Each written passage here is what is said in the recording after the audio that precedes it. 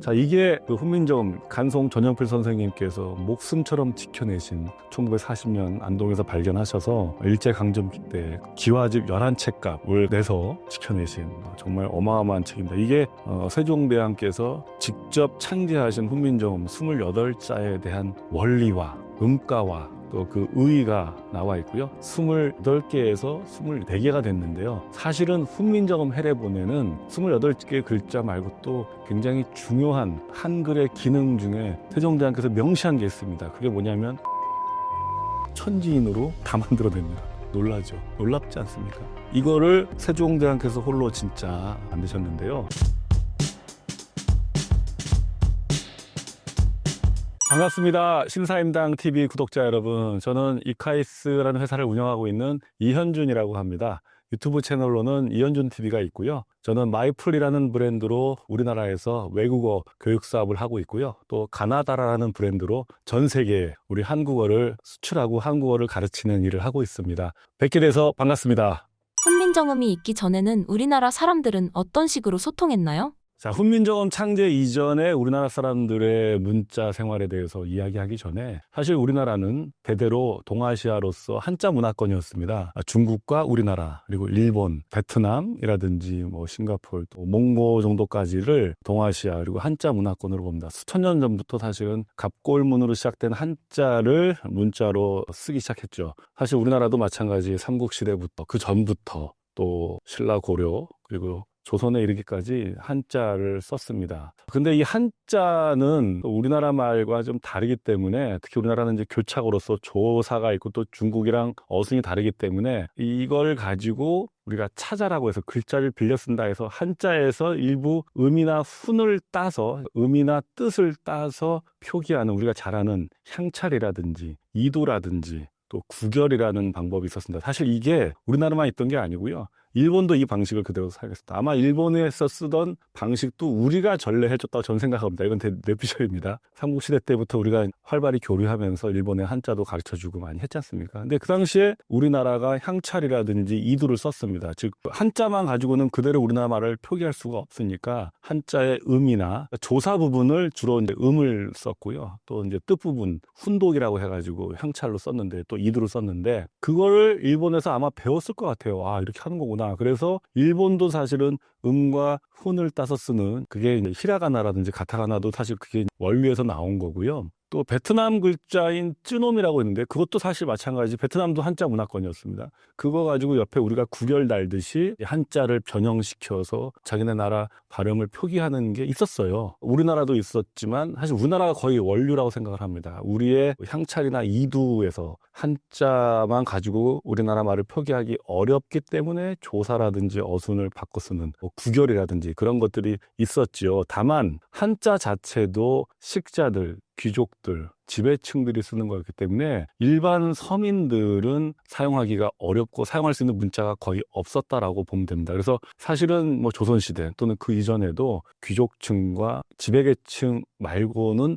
문자 생활은 거의 없었다. 문맹이었다라고 생각하고 있습니다. 훈민정음 있기 전에 불편함이 뭐냐면 말씀을 드렸듯이 이제 구결이라고 해가지고 예전부터 쓰던 겁니다. 삼국시대 이전부터 썼는데 구결이라는 게 우리나라 말과 한자가 어순이 다르기 때문에 또 아까 얘기했듯이 우리나라 말은 교착어이기 때문에 조사가 중요합니다. 그래서 마음이, 마음도, 마음을, 마음까지 이렇게 뒤에 있는 조사로서 여러 의미가 되는 걸 이제 교착어라고 그러는데 우리나라 말도 교착어고 일본어도 이제 교착어입니다. 근데 한자는 고리버고 중국어는 고리버고 이제 굴절어기 때문에 저희랑은 좀 다릅니다. 근데 이제 중국어는 우리랑 어순도 다르고 다른 언어지 않습니까? 그러니까 이 고리버인 한자를 가지고 우리가 교착어로 쓰려면 조사도 필요하고 또 어순을 바꿔야 되기 때문에 요럴 때는 또 음을 쓰고 요럴 때는 또 뜻을 쓰면서 주로 이제 중요한 부분은 훈독, 뜻을 썼고요. 그 다음에 조사 같은 경우는 뜻보다는 이제 발음이 중요하잖아요. 아까 얘기했듯이 마음이, 마음을, 마음도 할 때 이, 을, 도는 뜻이 없고 조사니까 그런 부분들은 그냥 한자에 비슷한 음만 쓴 겁니다. 우리가 아는 새 을자 같은 게 이제 목적어 을을 쓸 때 조사를 썼거든요.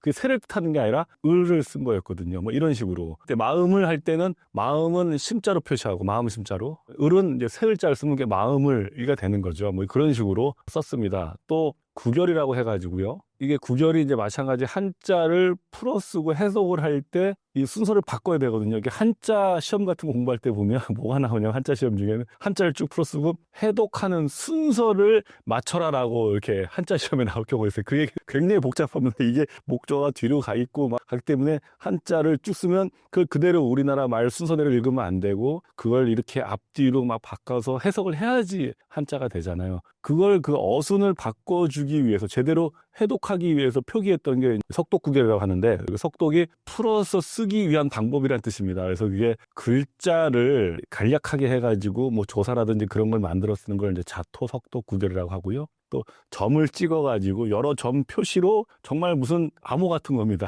이 점 찍은 거 가지고 수백 개를 펴냈다고 하더라고요. 그래서 이 점토 석독 구결은 비교적 우리나라 언어 교육에서 근래에 발견이 돼서 이제 활발하게 연구가 되고 있습니다. 이게 점토, 자토가 뭐냐면 우리말에 있습니다. 야, 너 내 말에 토 달지 마 할 때 이 토가 바로 그거예요. 한자에 토를 달아서 해석을 하는 거예요. 그 점으로 토를 다는 걸 점토, 석독, 구결이라고 하고 글자를 요약해가지고 글자로 약자 같은 걸 만들어서 일본의 히라가나, 가타카나가 이제 거기서 나온 겁니다. 그런 거랑 비슷한 건데 그걸로 그 식자들이 이 한자로 우리나라 말을 표기하기 위해서 또 쓰기 위해서 해석하기 위해서 만들었던 걸 자토, 석독, 구결을 합니다. 굉장히 사실은 어렵죠. 한자도 다 알아야 되고 그 한자에서 변형해서 각종 조사라든지 이런 것들을 첨언을 또 해가지고 표시해야 되고 또 점을 찍어서 해석하는 순서를 바꿔야 되지. 또 이두나 향찰이라고 해가지고 어쩔 때는 음을 써서 또 어쩔 때는 음을 써서 우리나라 말을 참 표기하는 참 한자 가지고 우리나라 말을 표기해서 쓰기 위해서 노래도 만들고 노래도 표기하기 위해서 그게 향가 아니겠습니까? 그런 게 참 얼마나 힘들었겠습니까? 아시겠지만 양주동 박사라는 분께서 그분은 와세다 대학에서 영문과 전공하신 분인데 일본 사람이 우리나라 향가를 더 열심히 연구하는 거 보고 그분이 비분 관계에서 영문과 나오셨지만 우리나라 향찰, 향가를 다 해석하셨습니다. 우리가 지금 배우고 있는 향가도 뭐 초연가라든지 이런 거 다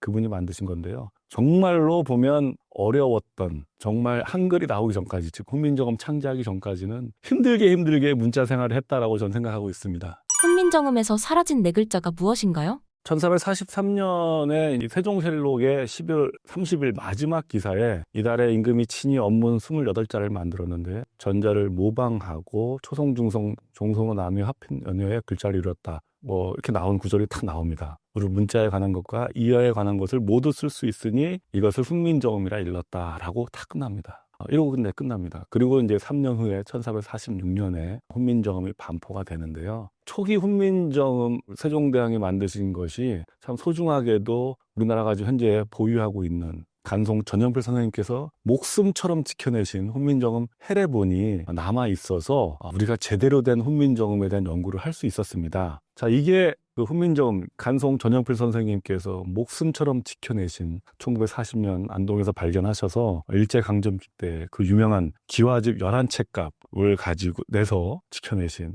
정말 어마어마한 책입니다. 이게 세종대왕께서 직접 창제하신 훈민정음 28자에 대한 원리와 음가와 또 그 의의가 나와 있고요. 정인지, 당시 세종대왕께서 가장 아꼈던 정인지는 세종대왕이랑 음력으로는 정인지가 음력 12월이기 때문에 한 해 먼저 태어난 거로 나오지만 사실은 양력으로 치면 1397년 1월 5월생 1월에 정인지가 태어나고 5월에 세종대왕께서 태어나니까 동년배입니다. 그런데 정인지는 14살에 과거시험에 합격을 하고 17살에 장원급제한 천재였습니다. 그러니까 문과와 이과를 넘나드는 정말 뭐 역법이라든지 천문, 동양, 우리의 철학, 음악 못하는 게 없었던 천재 중에 천재였고요. 세종대왕께서 내 말을 이해하는 사람은 정인지 하나뿐이다라고 얘기했을 정도로 극찬을 했습니다. 그러니까 세종대왕도 얼마나 천재였겠습니까? 세종대왕도 사실은 어마어마한 학자였고 문과 이과를 넘나드시는 분이었는데 그런 세종대왕의 말을 겨우 이해할 수 있다 이해해 싶으니까 세종대왕이 사실 정인이보다도 한 수 위죠. 사실은 그 정인지가 쓴 서문에도 나오고 있는데요. 사실은 이 훈민정음은요 최초 28글자입니다. 그러니까 자음이 17개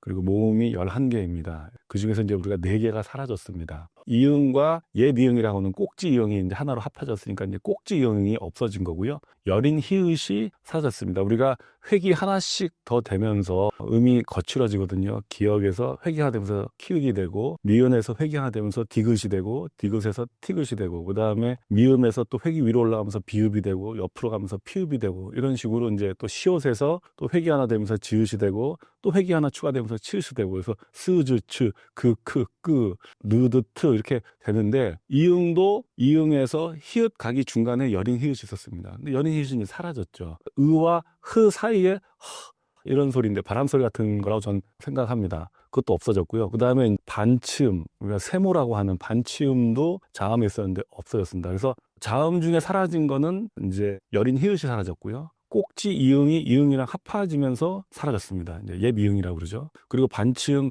세모가 사라져서 세 개가 사라졌고요. 모음 중에는 아래아가 사라졌습니다. 원래 모음이 11개였는데 그 다음에 천지인 아래아의 천, 의와 이로 이게 조합이 돼서 의가 되는데 아래아가 사라져서 모음 1개인 아래아, 그리고 초성 3개인 옛 이응과 반치음 세모, 그리고 연인 히읗이 사라짐으로써 이제 4개가 사라졌죠. 그래서 28개에서 24개가 됐는데요. 사실은 훈민정음 해례본에는 28개 글자 말고 또 굉장히 중요한 훈민정음, 즉 한글의 기능 중에 세종대왕께서 명시한 게 있습니다. 그게 뭐냐면 순경음입니다. 이응을 순음 밑에 쓰면 순경음이 된다고 해가지고 한마디로 입술순, 그러니까 순음, 미음, 비읍, 피읍 밑에 이응을 붙이게 되어 있었습니다. 그러니까 옛날에는 미음 순경음도 있었고 피읍 순경음도 있었고 비읍 순경음도 있었습니다. 여러분들 아실 겁니다. 이 순경음은 마찬가지 경음, 즉 무나 브나 프보다 가볍게 소리 내는 거예요. 그러니까 브가 아니라 르, 프가 아니라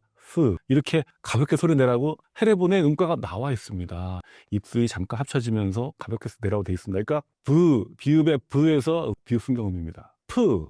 피읍의 프에서 프, 뭐죠? 영어의 P와 영어의 F 발음이죠. 또 영어의 B와 영어의 V 발음이죠. 표기할 수 있게 돼 있던 거예요. 반치음 세모는 시옷에서 지옷 가기 전 발음이니까 이게 뭐가 되냐면 영어로 따지면 Z 발음에 가깝습니다. 지브라 할 때 즈. 여러분 지브라가 아니라 지브라 가볍게 할 때 어떻게 표현하죠? 그거 반치음 세모, 우리 사라진 반치음 세모로 표기할 수 있습니다. 옛날에는요. 그리고 시옷 디귿도 표기했었고요. 세종대왕이 쓰신 이 훈민정음에 뭐라고 나와 있냐면 비록 28자, 세종대왕 실록에 나와 있습니다. 글자는 28자로 간단하고 요약하지만은 전환하는 것이 무궁하니라고 되어 있습니다. 이 28개 가지고 전환을 하면 복자음도 만들고 복모음도 만들고 다양한 발음을 무궁하게 만들 수 있다.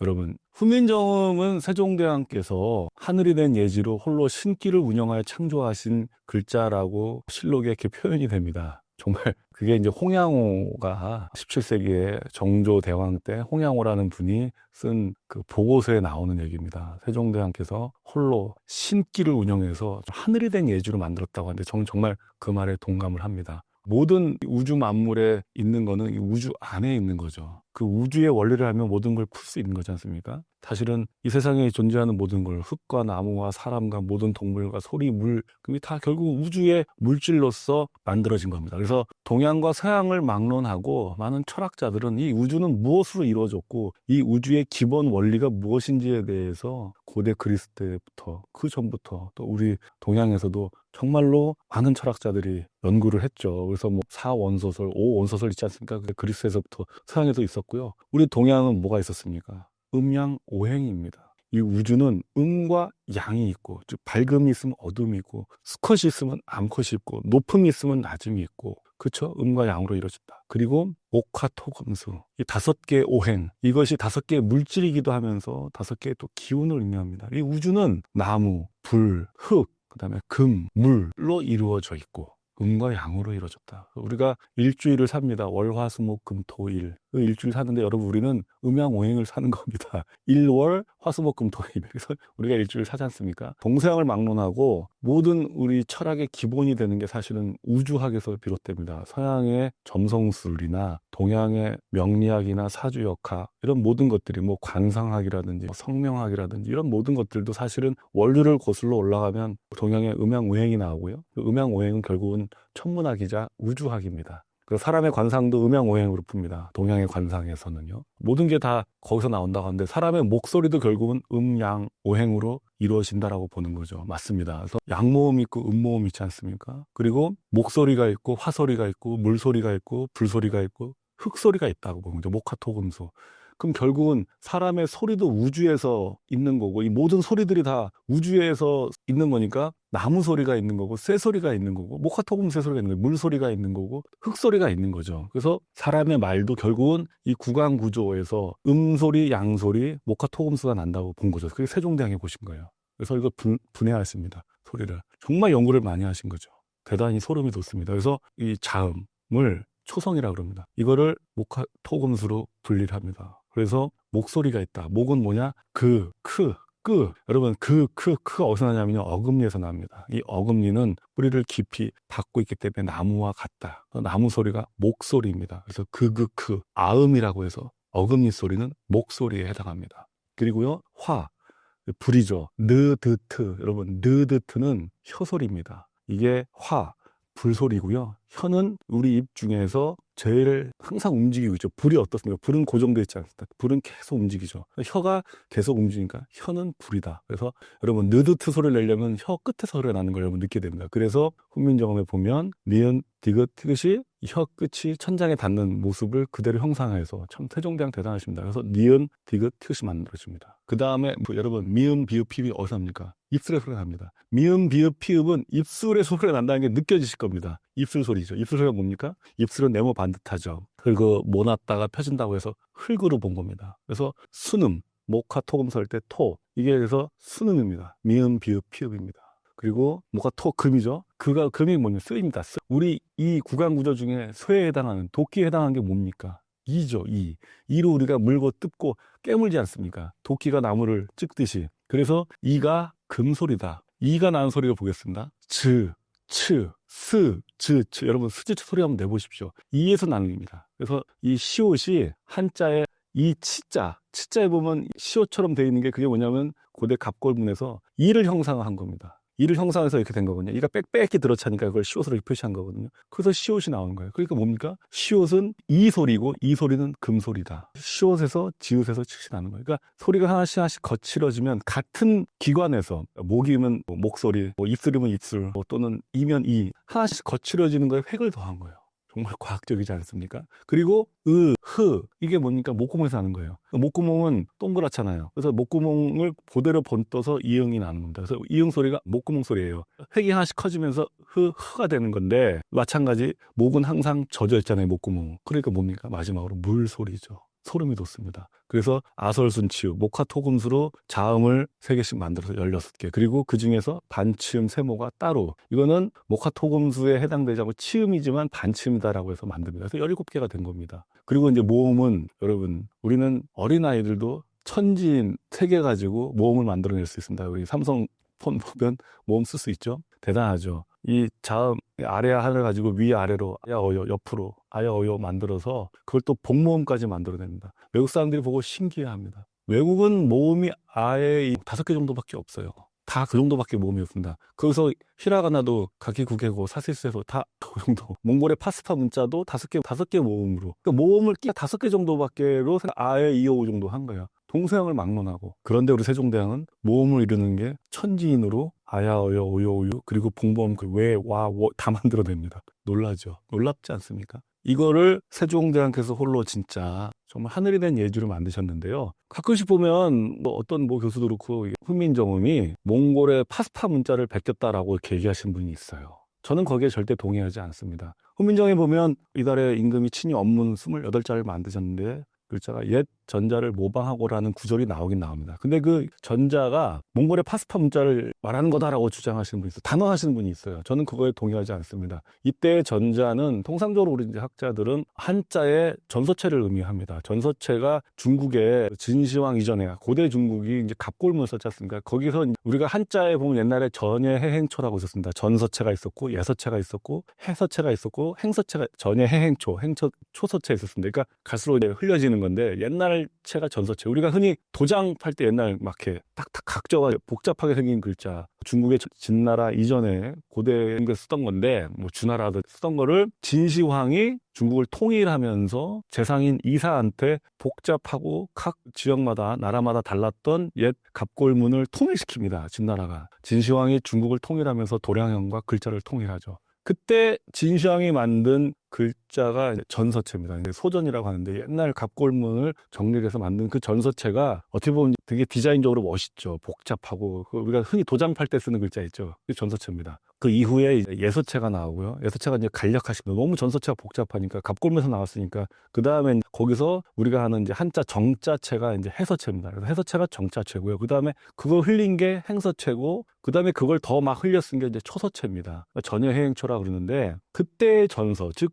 고대 갑골문의 그 각진 글자를 모방했다라는 거죠. 그래서 우리가 한글이 어떻습니까? 훈민정음이 각져 있잖아요. 마치 전서체처럼 보인다는 뜻이에요. 그게 몽골의 파스파 문자랑 비슷하게 생겼다고 해서 몽골의 파스파 문자 베꼈대. 가끔 싶으면 지금 안다고 댓글 다시는 분들이 있어요. 모 교수의 얘기 듣고서 뭐 제대로 알고나 떠들어라 이런 식으로 얘기하시는 분들도 있는데 좀 더 공부를 해보시면 거기에 저는 동의하지 않습니다. 웬 그러냐면 물론 세종대왕께서는 몽골 글자인 파스파 문자도 알고 계셨을 거라 저는 확신합니다. 그리고 많은 연구를 하셨을 거라고 봅니다. 당연히 공부하셨고요. 몽골의 파스파 문자도 그게 훈민정음처럼 표음 문자인 건 맞습니다. 비슷하게 생겼거든요. 근데 음가가 보면 달라요. 그리고 몽골의 파스파 문자는 모음이 합쳐져서 이 아라는 모음이 합쳐져서 다르고 비슷하게 생겼지만 전혀 다른 음가예요. 그러니까 무슨 얘기냐 이런 원리가 없어요. 우리 훈민정음은 음가 비슷하게 생긴 글자는 같은 계열이죠. 그그크, 느드트, 무브프, 그다음에 리을 이렇게 다 비슷한 글자로 돼 있잖아요. 그래서 그게 음가가 오카토금수로 즉 구강 구조에 맞춰서 된 거잖아요. 근데 파스파 문자는 그게 아니에요. 전혀 다른 글자예요. 표음 문자라는 원리가 비슷하고 모양이 전서체처럼 비슷하게 생겼기 때문에 몽골의 파스파 문자를 참고를 할 수는 있었지만 그걸 베낀 건 전혀 아니거든요.